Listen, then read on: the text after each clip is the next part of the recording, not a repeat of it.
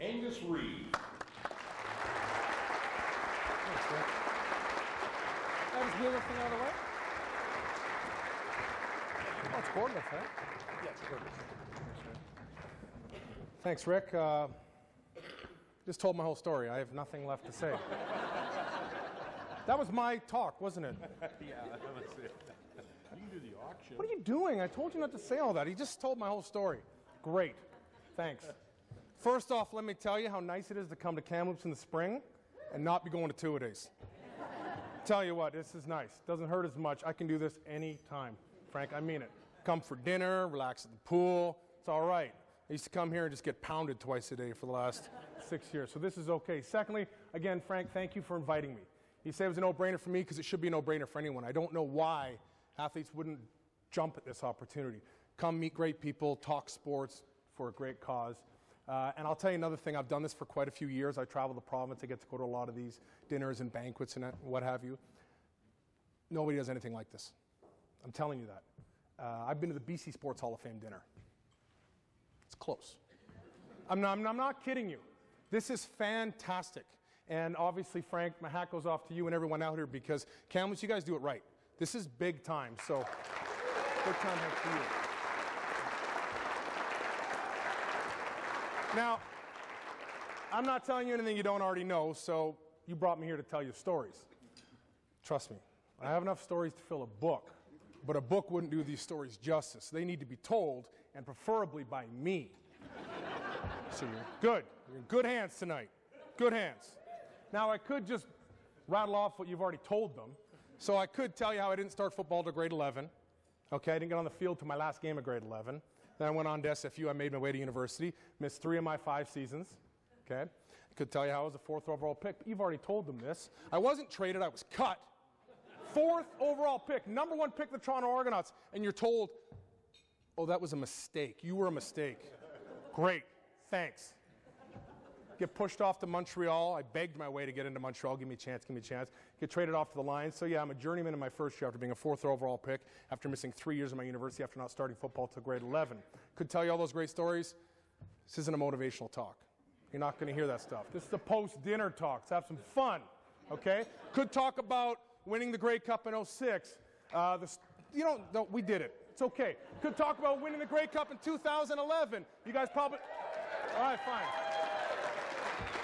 But I'm not going to talk about that because you already know those stories. You know we started 0-5 and everyone hated us. I'd do my own radio show and dog on us, okay? And then we'd fight back. We wanted in Vancouver, storybook, Cinderella story. You know this story. You don't need me to tell you this. Everyone already knows this stuff, okay? It's not what I'm here for. Here because the meal is really good, okay? And there's stories that you don't know, okay? Best thing about sports that I found, yeah, winning championships, these are nice. They're nice. It's okay. But you know what? 13 years pro and all those other years playing amateur, and I look back now at the memories.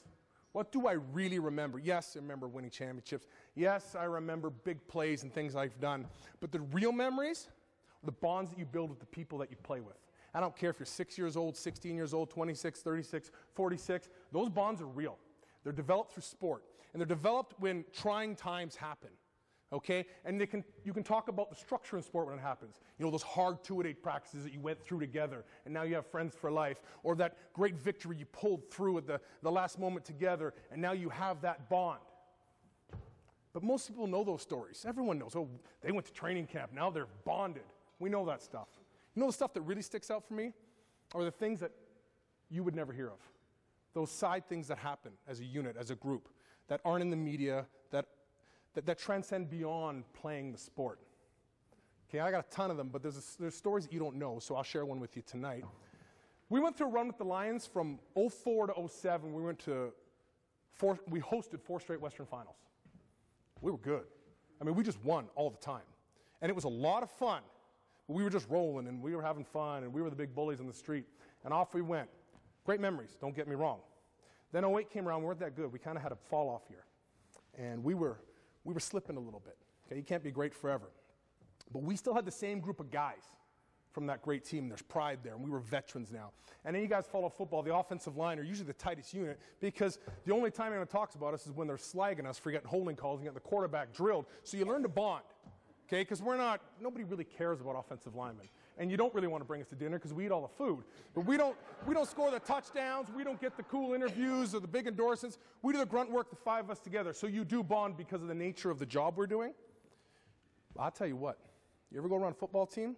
Find the linemen and hang out with them. They're the most fun you'll ever have, those guys. Trust me. They know how to have fun. Okay? 2008, we weren't that good. Okay? We weren't a very good team. But we were still a proud group that had been together for a long time. For the first time in 4 years, we weren't hosting the Western Final. We were the last seed going into the playoffs. We were the lowest ranked team going in. We had to go to Saskatchewan. Yes! Why does okay, here's my thing. Everywhere I go in BC, all these proud people from Saskatchewan, why are you living here then? Everybody left. I don't get it. I don't get it. Everybody's so proud. You're living in BC now. You're living in BC.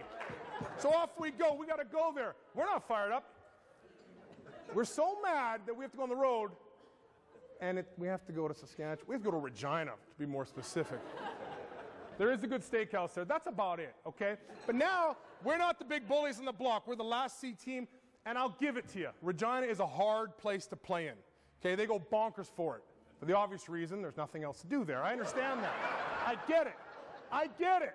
It's okay. And they're hosting a playoff game, so they're going bananas, okay? It is now November. I think it's cold in Vancouver. We know what we're heading into in Regina. It's going to be nasty.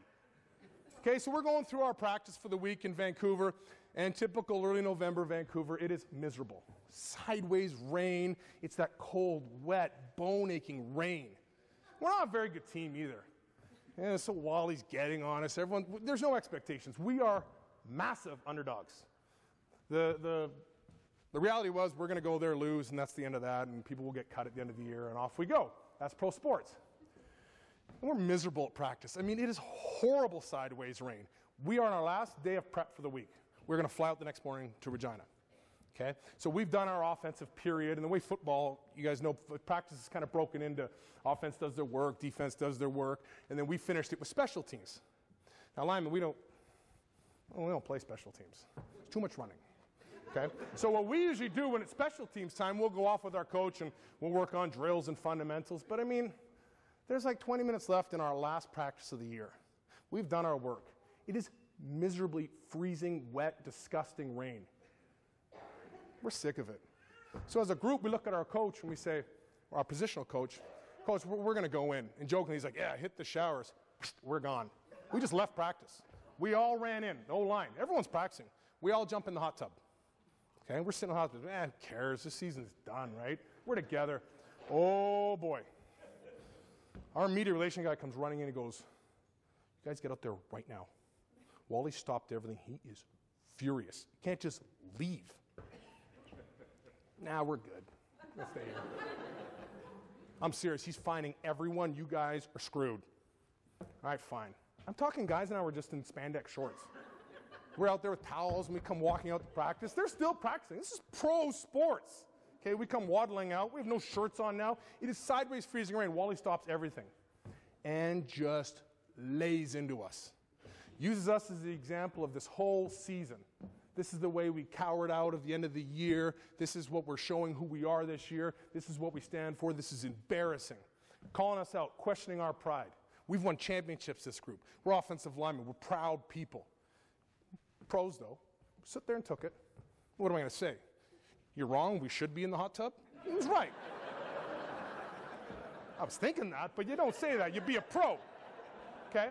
So we're sitting there and we take it. And he called the end of practice. He's disgusted with all of us. That's the way this season ends, so be it. We walk in and say, enough of this, guys. We'll show them. We're a unit. We're together. Don't call us out like that. We'll go show you. So off we fly to Regina. And the day before, you fly in a day early. And you do your little walkthrough. It's like minus whatever. It's freezing. Okay? And we're sitting there, and we're kind of pouting, the old lineman, we're just kind of pouting like he ripped us, he embarrassed us, and our coach started talking to us the whole flight. They're really mad at us. We just embarrassed them all at practice yesterday. Media was there. They saw that we took off, and everyone's just mad at us. So we bond together. And we're sitting there during this walkthrough. Like, what are we going to do to show them? The guy's like, let's just take our shirts off. And Wally, are we tough enough yet? It's minus whatever. And I look. The corner of the field.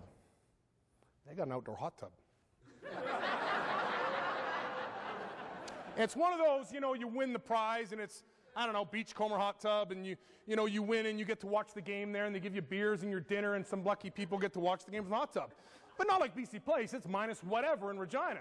That's cool. They got a hot tub there. I'm looking at it going, this is what we're going to do. Come here. I get all the old linemen together. I go, we're going to kick some ass tomorrow. We're going to win.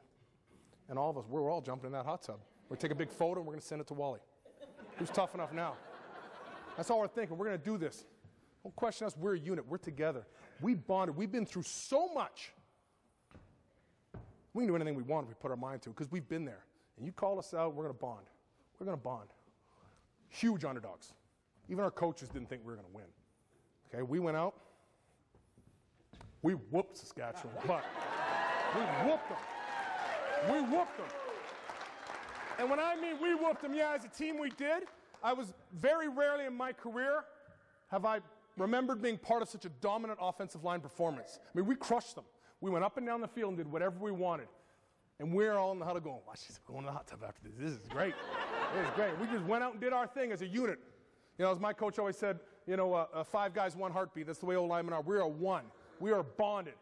And we do things that you would never hear about because it's what it takes sometimes to do the things you hear about. And we're sitting there and we just can't wait. My buddy Sherko, who played right guard, he badly hurt his knee in the game. But he don't want to come out. It's a playoff game. So he's kind of limping back to the huddle.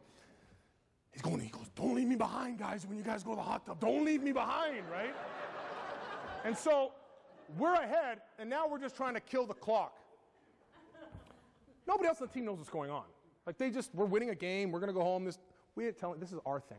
This is our bond, okay? We're marching the field this way. 8 yards, 7 yards, 12 yards. Killing the clock, but we're making plays. We're getting 12 yards away from the hot tub, 8 yards away from the I'm going, this sucks. This is going to be a longer run. And Sherko's like coming up the line going, we're going to get through this. And we're going, we're getting farther away. What is going on here? Finally, we are on the 4-yard line down here. The hot tub is on the goal line down there. And Wally calls in and just says, take a knee. There's like 4 seconds left. We take a knee on their 4 because we don't want to run up the score. It's over, right? So we take a knee.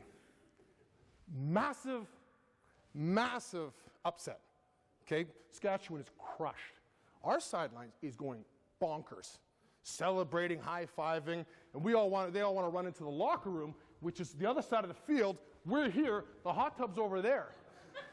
Off we go. We start running the hot tub, and we're pulling Sherko. He's like this. And the team is running through us. We're knocking them out of the way. They're trying to high-five us. Out of the way. Nobody knows what's going on. Wally, hey, get out of the way. And we're pulling our guys, and we're all running. And I remember Rob Murphy and Jason Nimitz, they're throwing their equipment. They're taking off their gear as we're running.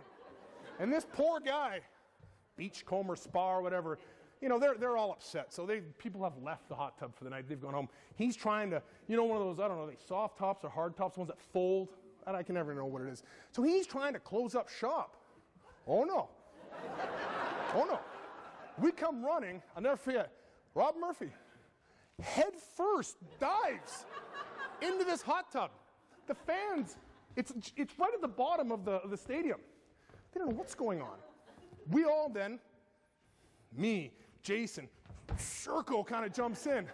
We're all in this tub, and this guy now doesn't know what's going on. He takes a soft top, and he starts ramming us out. It was like the original Jaws movie when they're trying to get the shark out of the boat, and we're kicking him back. And then it happened. Like in Braveheart, a rain of arrows, these beer bottles start coming at us. Oh, Saskatchewan, great people there. We got rained on like you wouldn't believe. So we take this soft or hard cover, whatever it's called, and now we're giving shelter. All of us, and we're in the tub.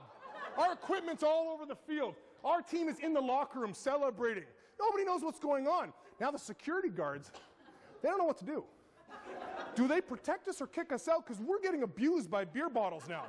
I mean, hundreds and hundreds. That's what changed the rule. They couldn't bring bottles in the stadium because of that. Little side note, they don't like to mention that part of the story, because next year it was just plastic cups. That's a little easier to deal with. So we're sitting there the whole time, bang, bang, bang, bang, bang. And this guy doesn't know he's trying to get us out of his hot tub because we're bleeding our black leather shoes all in there, just ruining the tub, right? I'll never forget. TSN comes running over because they see something's going on. This is a story. They want stories. Now, we got him out of there. There's no picture. There's no story. This is not for the media. This is us. This is our thing. You know, and those are the things the rest of my life, you look back and go, that was awesome. You know why? It was spontaneous, it was real, it was people being people and buddies being buddies and going beyond the call of, yeah, you work hard in sports. You're supposed to work hard in sports. Yeah, you try to win. You're supposed to win. But it's all those other things that create the friendships that go way beyond, well, we worked hard together in sports. Everybody works hard together in sports. You have those bonding moments. The problem was when you get caught up in that. And so we're going, this is great. This is how you win. So we're off to Calgary for the Western Final next week, and the whole time we're going, what can we do better than that? And Calgary's got that horse. So the whole time, I'm talking, we're at practice the whole week. Okay, who's going to ride the horse? How many people can we get on? How are we going to get that lady off the horse? Does anyone know how to ride a horse? Do we have medical coverage for this? And all practice doing that, and then we blew that game. And so the concept of planning these spontaneous bonding moments is not the smartest thing to do, to overplan these things, and that's the beauty of them. They just happen. You go about things, you work hard, you fight, and these things pop up that you do that go beyond sports. But they don't happen unless you're involved, unless you're part of team sports, bonding, working with the group, fighting, pressing, doing all those things. And these little side things always occur that, correct me if I'm wrong, probably don't happen anywhere else in the job place, where you throw your equipment and all jump in a hot tub and fight 30,000 fans with beer cans thrown at you. I don't think that's normal life. And that's the beauty of sports. It gets you out of the realm of the ordinary life, and you get to experience these memories. I mean, I love telling that story. I love telling it more than winning the 2011 Grey Cup because everyone knows that story. Okay, these are things that was ours. It's our unit when, you know, we can probably meet up 30 years later, and we call it Tubgate 08. That's our little thing. Talk about Tubgate 08. Because Wally was so pissed. He hated it. Because he heard the story later, and we showed him up, and we did it anyways. But that's what it's about. Bonding together, doing those special things that go beyond sports, but only happen because of sports. And they're memories that last forever. And those friendships that you build, I mean, you know this. And the thing about me, that's why I kept playing. Sure, I loved playing the sport, but I'll be honest with you, it got real tough near the end. My last couple of years got pretty painful. I mean, I went through 10 surgeries in my last 4 seasons. It got tough. But you know why I kept going? The guys. I didn't need to play anymore. I had championship rings. I had all-stars. I had all the things you need. It was those types of bonding moments that are addictive and they're real because you realize how special it is. And I think that's why people now, when they're done, and now I'm done, you always look back on your sports. It's just so great because of all those things that are different. That was when you did things with guys or your teammates that was just on a level that just doesn't happen anymore in the rest of life. And it carries forth and it sticks forever. And so you know what, Frank? You asked me to come and I came. Sports has given me everything I am.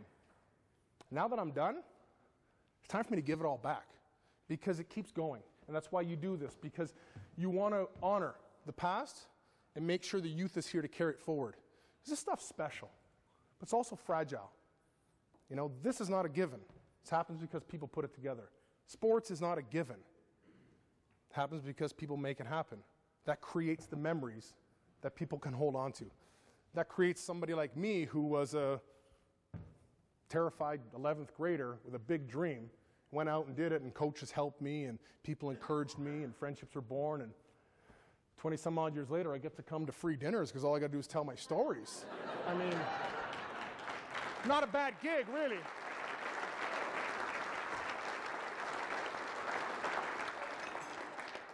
So I don't know what you're expecting tonight. You can bring me back anytime. I'll tell you more stories. I got a lot. But just a little insight to some of the things that you wouldn't know that go on that I hold dear.